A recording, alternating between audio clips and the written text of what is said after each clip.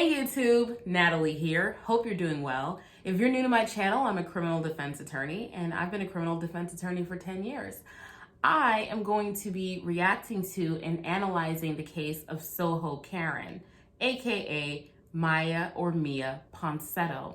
I'm going to be doing an analysis of the legal implications of this case, as well as doing a factual breakdown of the background. On December 26th of 2020, Miya Ponsetto was in the lobby of the Arlo Hotel in New York, when she accused 14-year-old Keon Harold Jr., who is Black, of stealing her iPhone.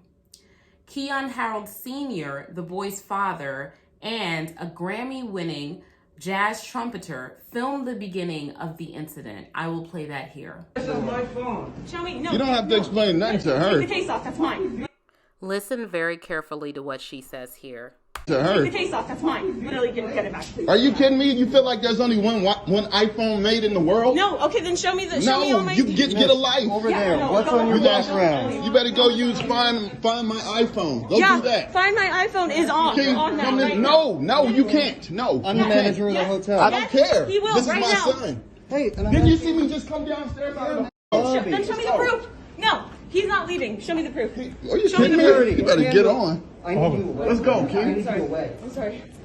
We have what you see two black people. No, I'm not letting him walk away with my phone.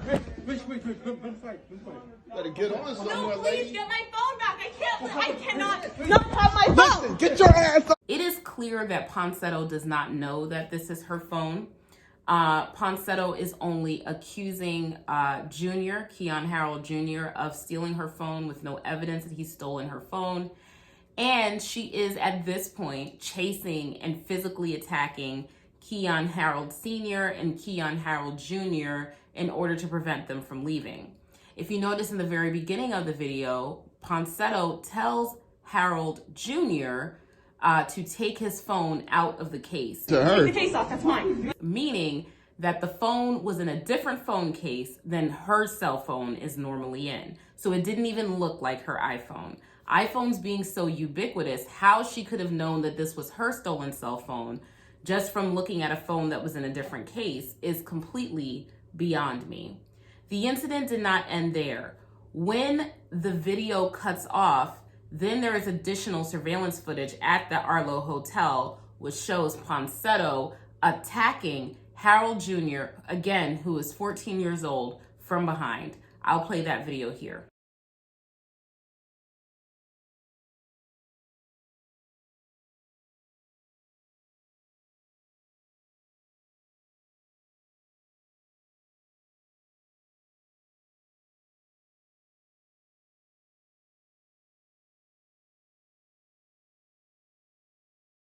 The phone was subsequently recovered from an Uber that Ponsetto had been riding in earlier that day, according to Rodney Harrison, chief of detectives of the NYPD. Video of this incident went viral as the public attempted to identify Ponsetto. At some point in time, Ponsetto returns back to the San Francisco area and no one knows who she is. Eventually, Ponsetto was identified and she conducted an interview with Gayle King. At this time, she was represented by Sharon Gatton. Now, in this interview, this is a minor point, but as an attorney, something I would point out to you guys. For an interview of this nature in which Ponsetto is trying to convince people that this incident was not race-based, and that's what the calls to apprehend her were all about, that they believe that this was a race-based assault, that she profiled Keon Harold Jr. because he is Black. It is very important that your client appear as professional as possible. However, Ponsetto was not dressed professionally for this interview. She was wearing a hat that said daddy on it. She was wearing leggings. Her abdomen was showing.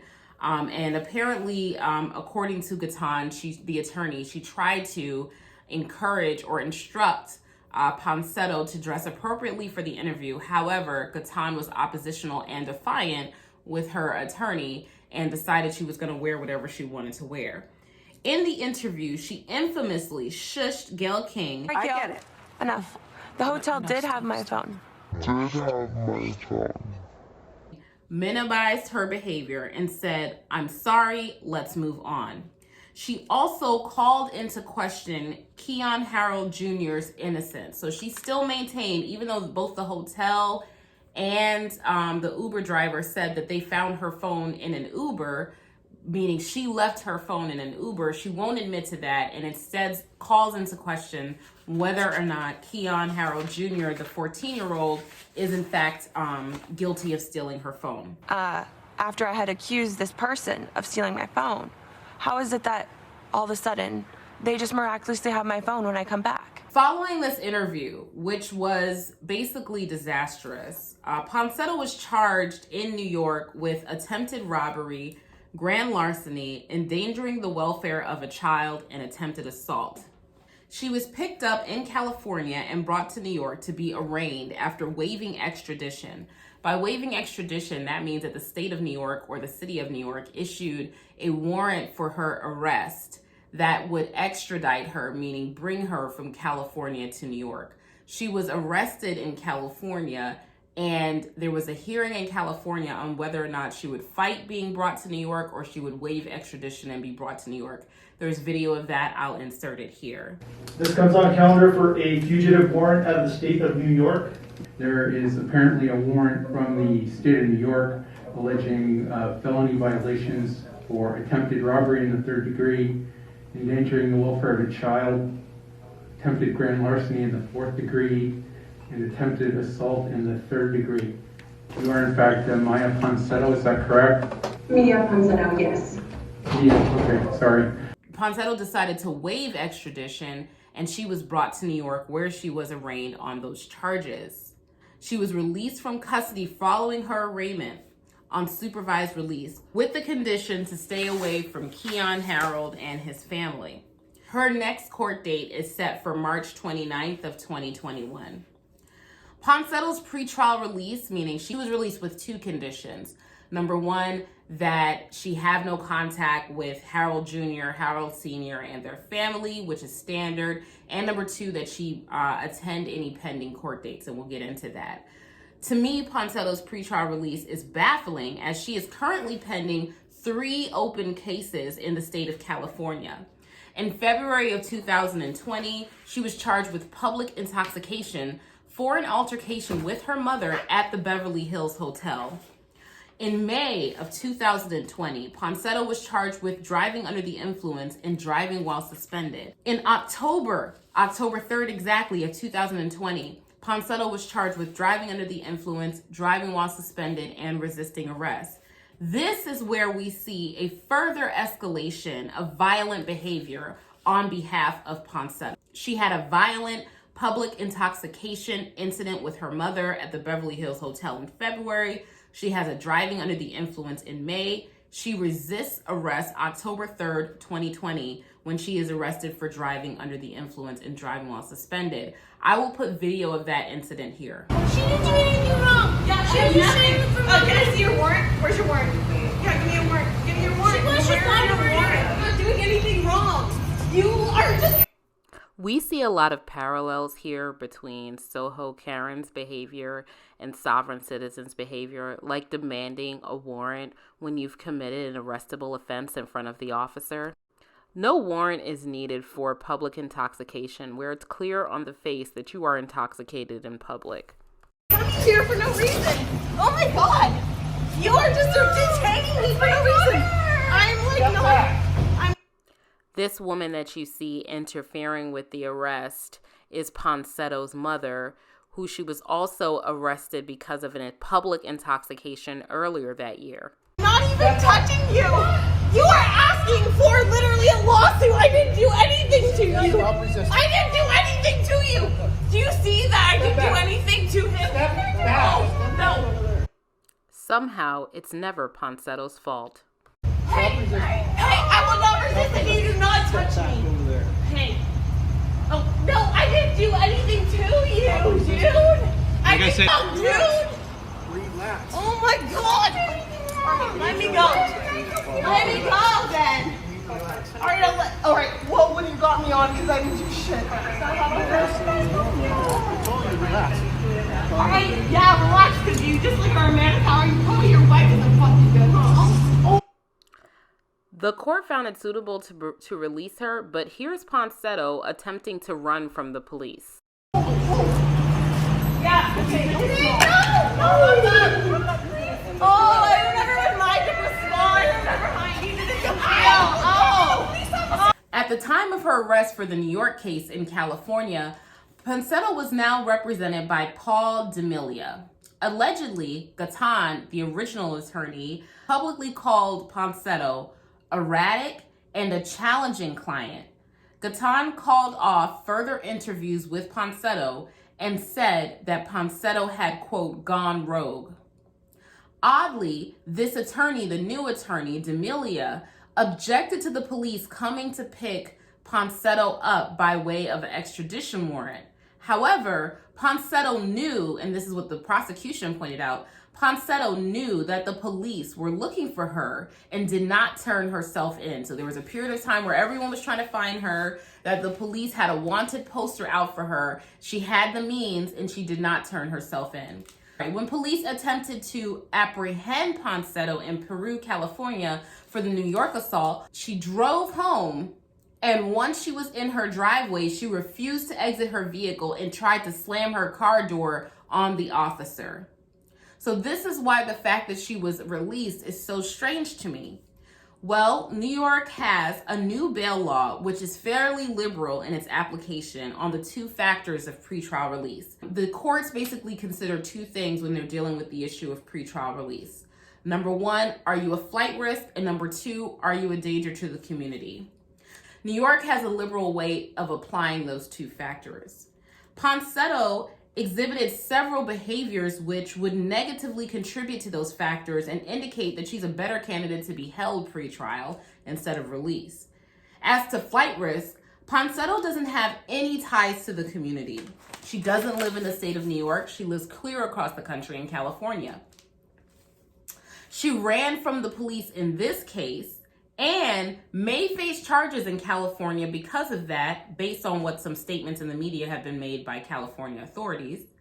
And she resisted arrest in two other cases. She also failed to turn herself in and had to be picked up on an extradition warrant.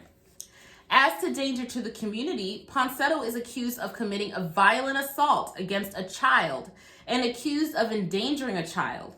She is on video resisting police. She abuses substances while driving, so the use of alcohol multiple times while driving is clearly an abuse of substances, and allegedly caused property damage. What do I mean by that? On the same day of the incident at the Arlo Hotel, December 26, 2020, Ponsetto was at her Airbnb when she lost her keys. She attempted to bash her way into the Airbnb using a fire extinguisher. Airbnb has subsequently banned her from the app. One could argue that Ponsetto is clearly a danger to the community. On the other hand, the argument against holding her pretrial, the purpose of pretrial is to assure the defendant's presence at trial and to assure that they won't be a danger to the community.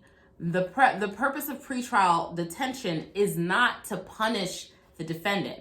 Despite the fact that we have the video of Ponsetto committing this offense, Ponsetto is still presumed to be innocent. So until the state is put to its burden to determine whether or not she's guilty or not guilty of these offenses, there's really no basis. The default is that there's no basis to hold the person.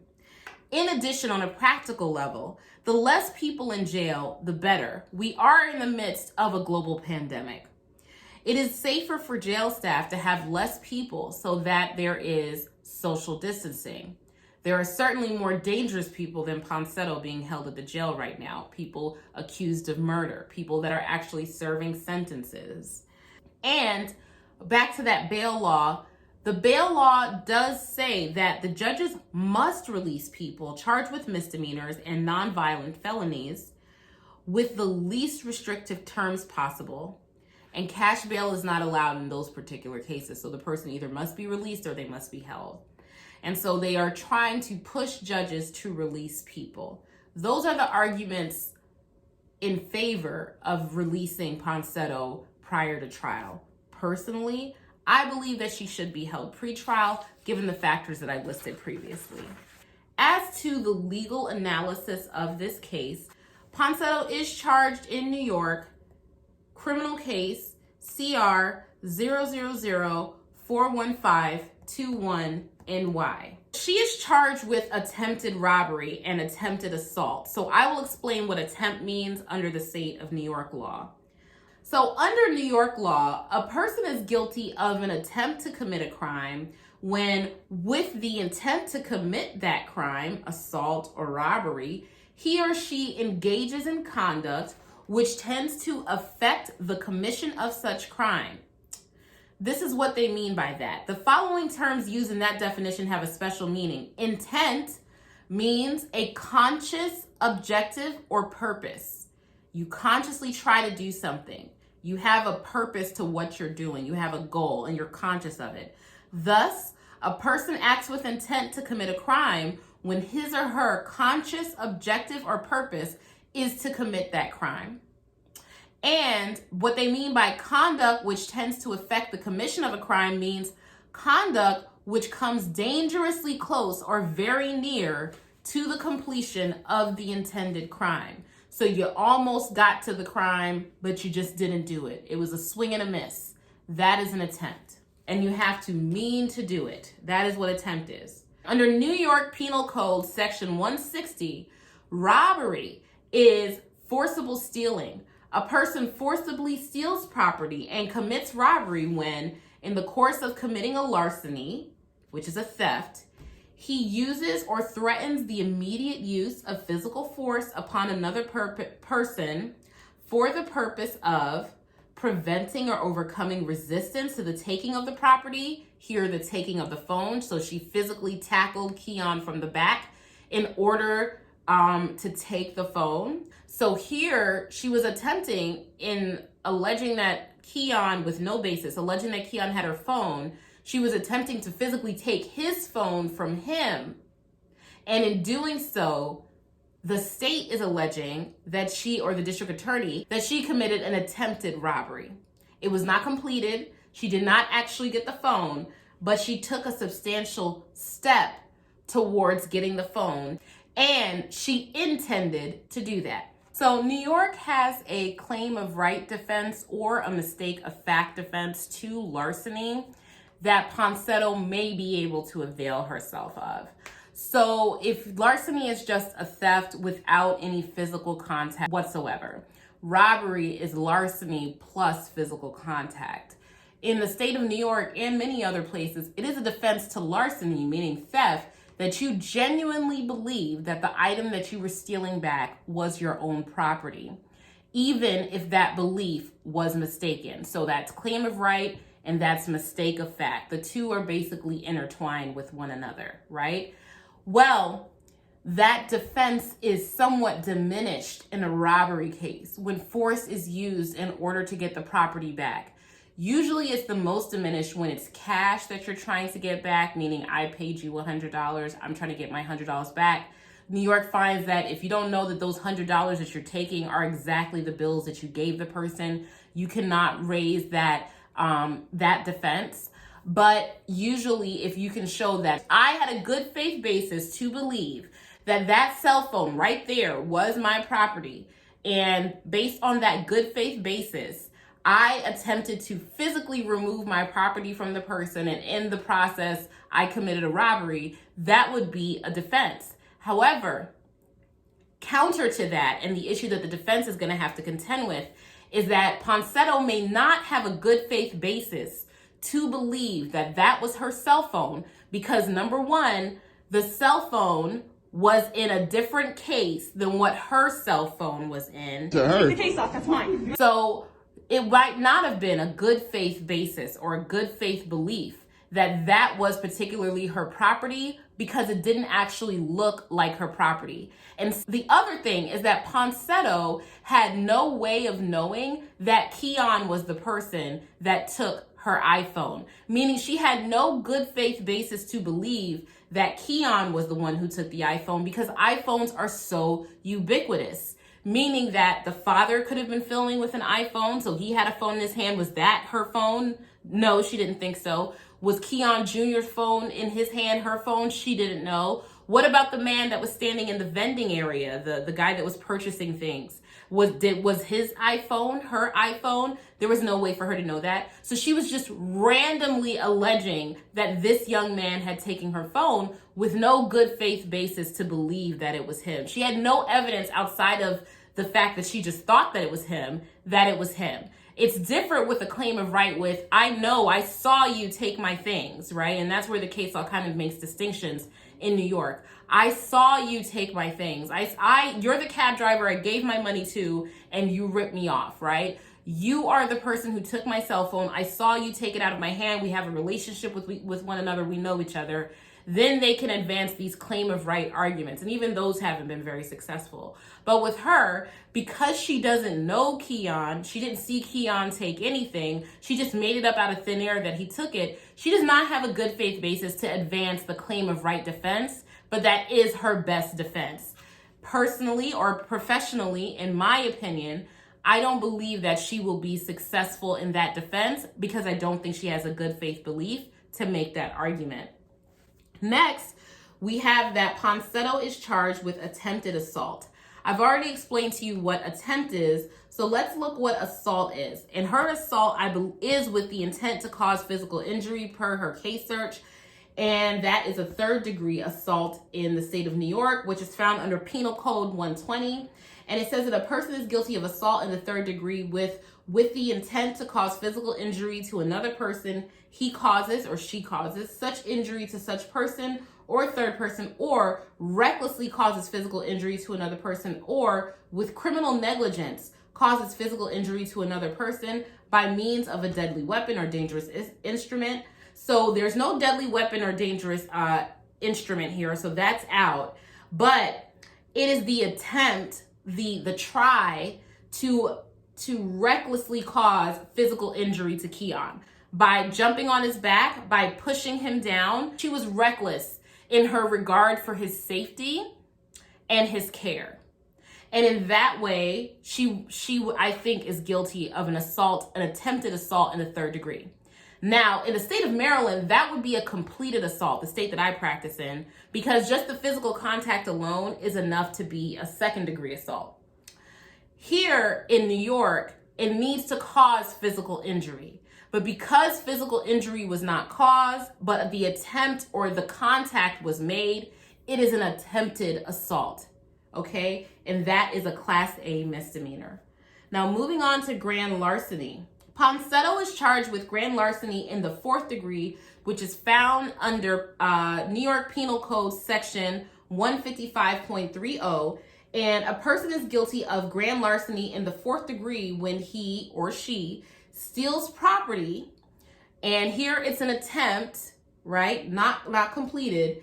And when the property, regardless of its nature, regardless of its value, is taken from the person of another. Meaning you take away the property of another person and the property is on the person.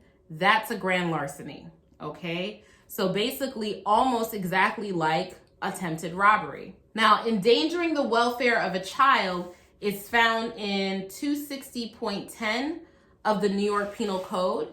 And that is defined as a person is guilty of endangering the welfare of a child when he or she knowingly acts in a manner likely to be injurious to the physical, mental, moral welfare of a child less than 17 years old. So let's break this down here. First and foremost, off the bat, Keon is 14, he's under 17. So that first element or that element is met. Ponsetto was acting knowingly. She knew exactly what she was doing, okay?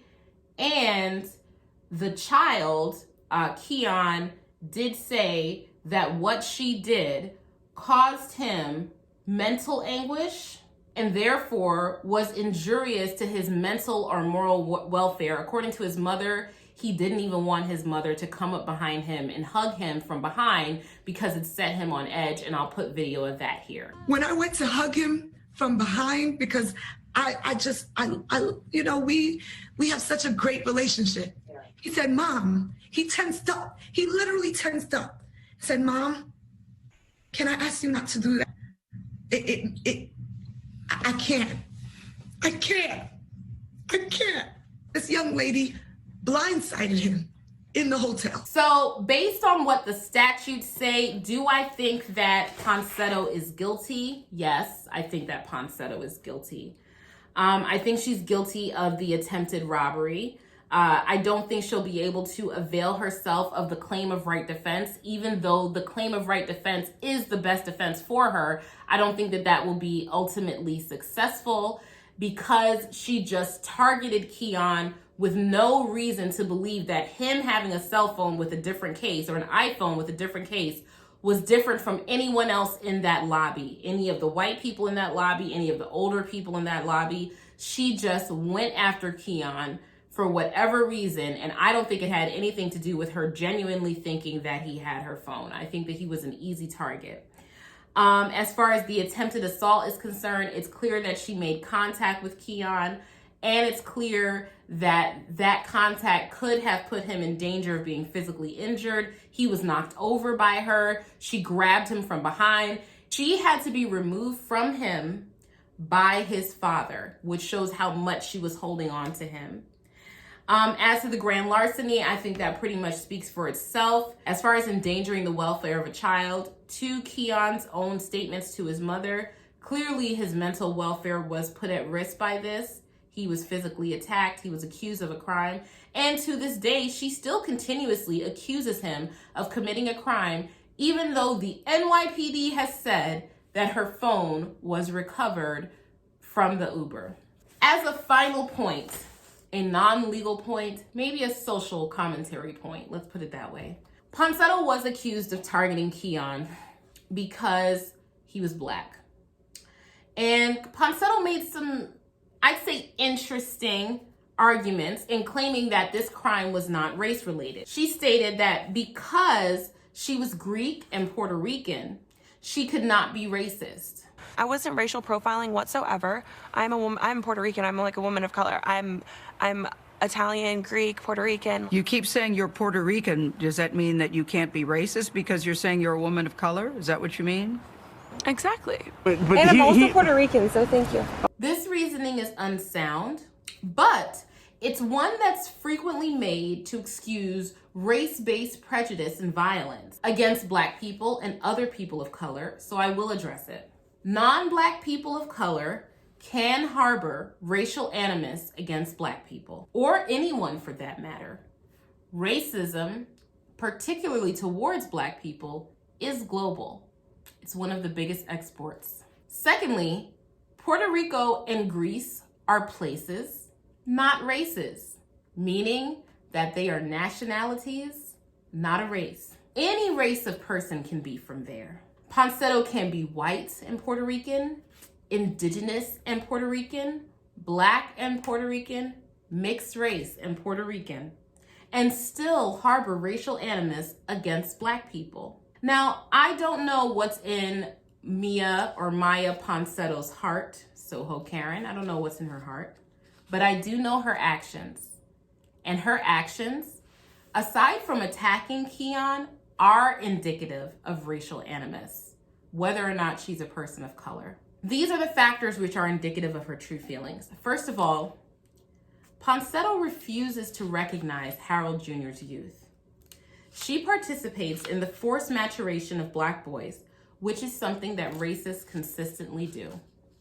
Meaning, she minimizes his youth of 14 years old during her interview with Gayle King and calls into question his innocence. However, for herself, she attempts to victimize and infantilize herself, even though she is the perpetrator of the assault. Who said that he was traumatized?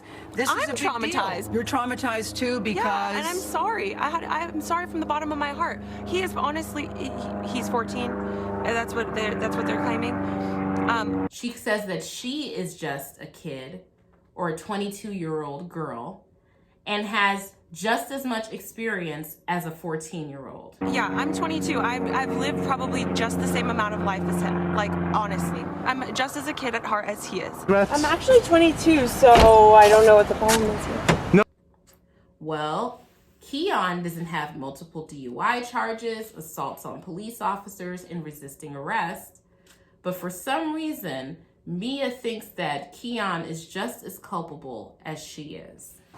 Basically, I'm a 22-year-old girl. Racism how is one girl accusing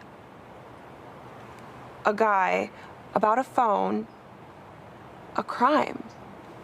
Where is the context in that? Miya didn't only accuse Keon of committing a crime.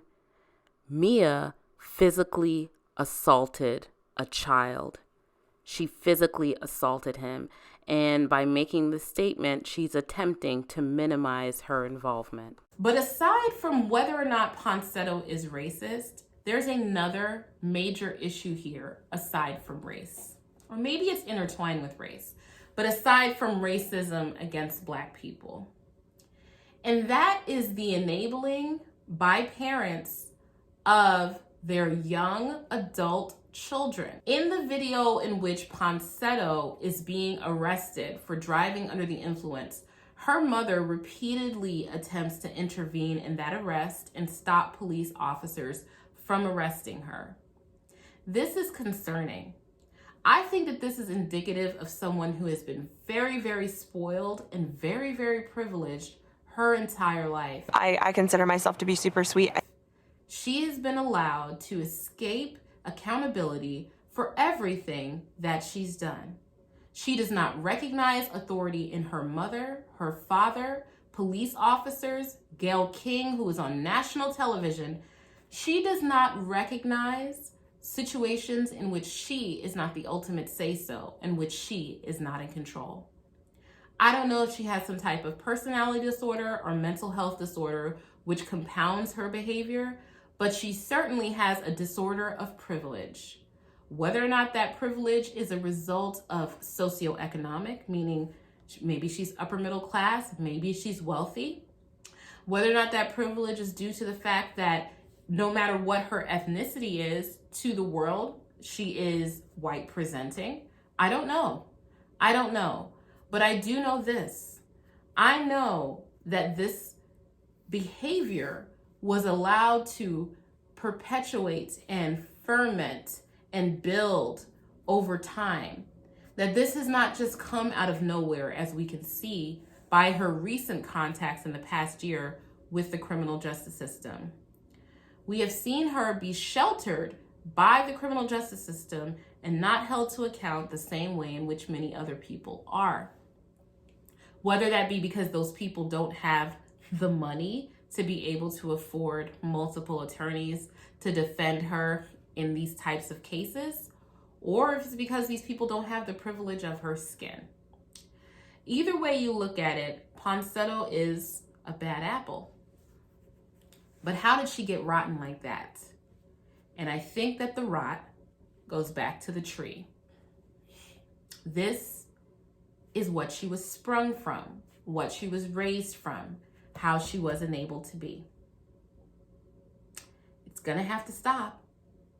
It's gonna have to stop. She's only damaged the mental health of a 14-year-old boy. Hopefully that's enough. Hopefully that's the end of it. Let me know what you guys think in the comment section down below. I want to know what your guys' opinions are on my analysis of the case, and I'll see you later. Have a good night. Bye.